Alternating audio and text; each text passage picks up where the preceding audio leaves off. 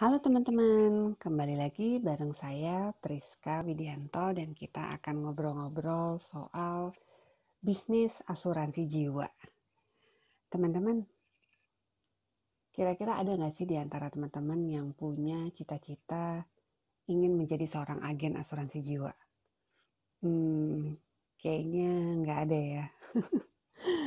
Oke, itu satu hal yang aneh malah menurut saya kalau misalnya sampai ada di antara kita yang sejak kecil punya cita-cita mau jadi agen asuransi jiwa. Kayaknya nggak banget, nggak lazim. Biasanya waktu kita kecil kalau ditanya cita-citanya apa, jawabannya nggak jauh-jauh dari pengen jadi dokter atau pengen jadi pilot. Ya nggak sih? Atau mungkin kalau anak zaman sekarang kalau ditanya cita-citanya apa, mungkin mau jadi YouTuber atau jadi selebgram mungkin. Oke, cuman kayaknya kecil banget kemungkinan ketika kecil ditanya mau jadi apa, terus jawaban kita mau jadi pebisnis asuransi jiwa atau mau jadi agen asuransi gitu ya. Tapi teman-teman pernah nggak sih teman-teman terpikir bahwa sebenarnya profesi agen asuransi yang banyak dipandang sebelah mata oleh orang-orang itu sesungguhnya adalah satu profesi yang mulia. Maksudnya apa sih Priska profesi yang mulia? Sebenarnya nggak jauh berbeda loh teman-teman dari profesi seorang dokter. Kenapa? Kalau dokter itu kan ketika kita datang konsultasi ke dokter, maka dokter akan menanyakan keluh kesah kita apa, terus kemudian membuat diagnosa dan membantu mencarikan solusi untuk keluhan yang sedang kita alami. Benar nggak teman-teman? Sebenarnya demikian halnya dengan agen asuransi. Agen asuransi itu sebenarnya tidak lain adalah seorang konsultan. Konsultan dalam hal perencanaan keuangan. Jadi ketika seseorang memiliki kebutuhan yang terkait dengan keuangan pribadi atau keuangan keluarganya, maka seorang agen asuransi bisa bertindak sebagai perencana keuangan. Agen asuransi akan membantu memberikan solusi untuk menjawab kebutuhan-kebutuhan keuangan pribadi dari orang ini. Dan kalau teman-teman mengidentikan profesi agen asuransi dengan cerita-cerita sedih alias musibah atau resiko-resiko yang ada di dalam kehidupan ini, ya teman-teman gak salah. Memang profesi agen asuransi itu sangat melekat dengan yang namanya resiko kehidupan. Entah itu resiko meninggal, atau resiko sakit, resiko kecelakaan, dan sebagainya. Memang kok kesannya gak asik banget ya profesi ini ya. Maksudnya melekat dengan cerita-cerita kematian lah, sakit, penyakit yang parah, dan sebagainya.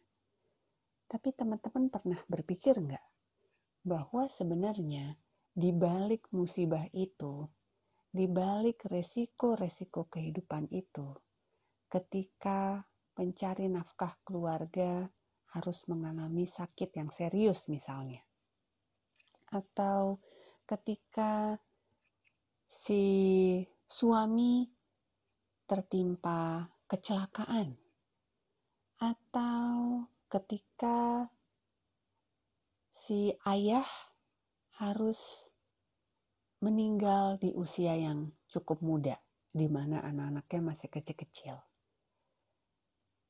Mungkin kita memang bicara musibah, kita memang bicara kematian bahkan, atau kita bicara resiko sakit yang cukup parah. Tapi sebenarnya di balik musibah itu, di balik kematian yang terjadi pada si pencari nafkah, ada kehidupan-kehidupan yang mau tidak mau harus tetap berjalan. Ketika seorang pencari nafkah harus meninggal di usia ketika anak-anaknya masih kecil-kecil, tentunya ada kehidupan dari anak-anak ini yang masih harus berlanjut. Ada juga pendidikan dari manusia-manusia mungil ini yang masih harus dilanjutkan. Dan dalam hal ini, sang ibu, meskipun ia adalah seorang ibu rumah tangga, ia tetap bertanggung jawab atas pendidikan putra-putrinya, meskipun suaminya telah tiada. Atau ketika salah satu anggota keluarga harus mengalami sakit yang cukup serius, di mana hal ini bisa mempengaruhi aktivitas satu rumah. Bahkan bisa sangat membuat keuangan dari keluarga ini merosot.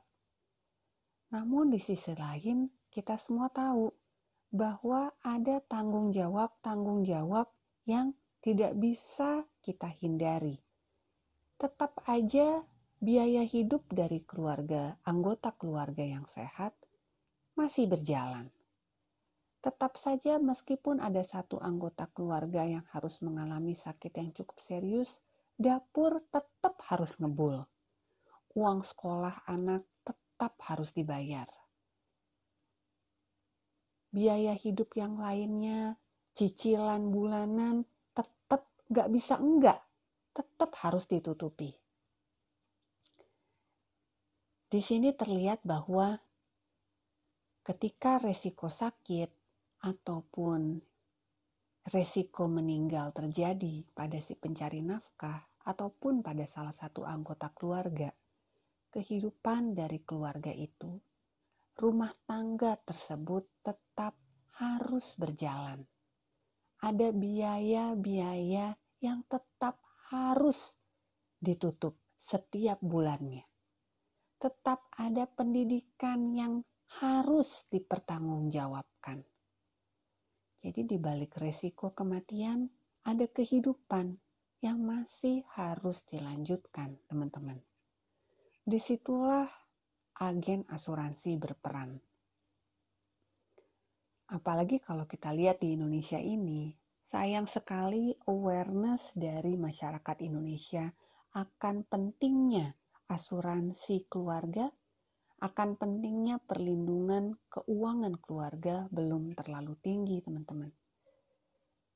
Jadi bisa dibilang sebagian besar masyarakat yang memiliki asuransi, inisiatif pertama datang dari para agen asuransi.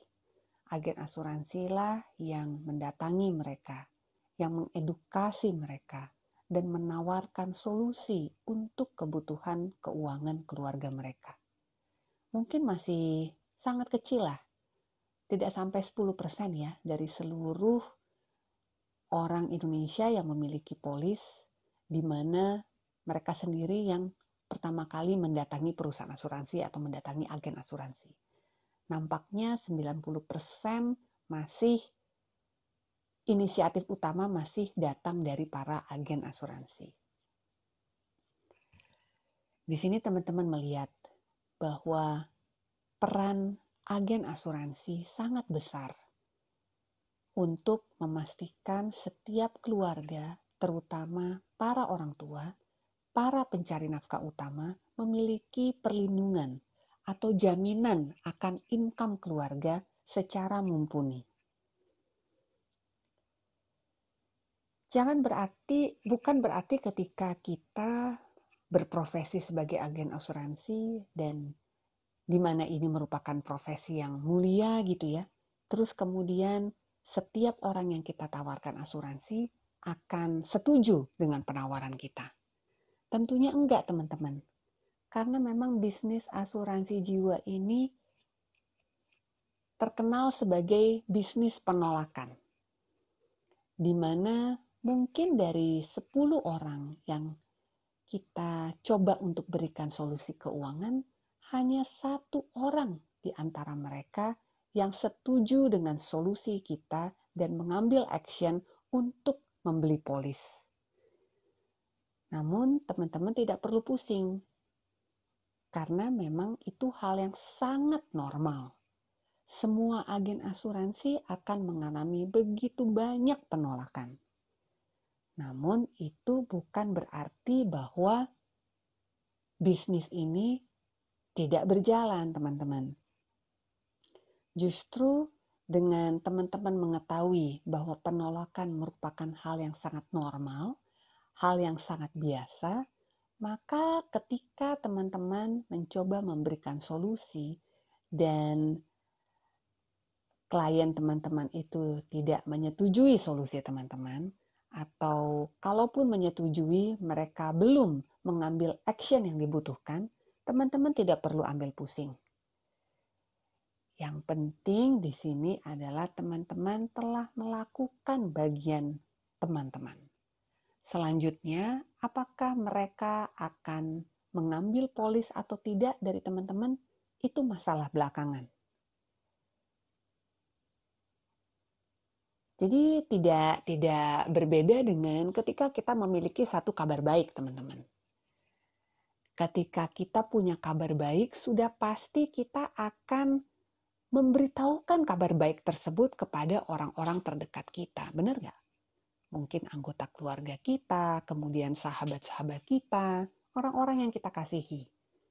Tapi ya, masalah mereka akan menerima atau setuju dengan kabar baik tersebut dan mengambil action oleh karenanya, itu masalah kedua, teman-teman.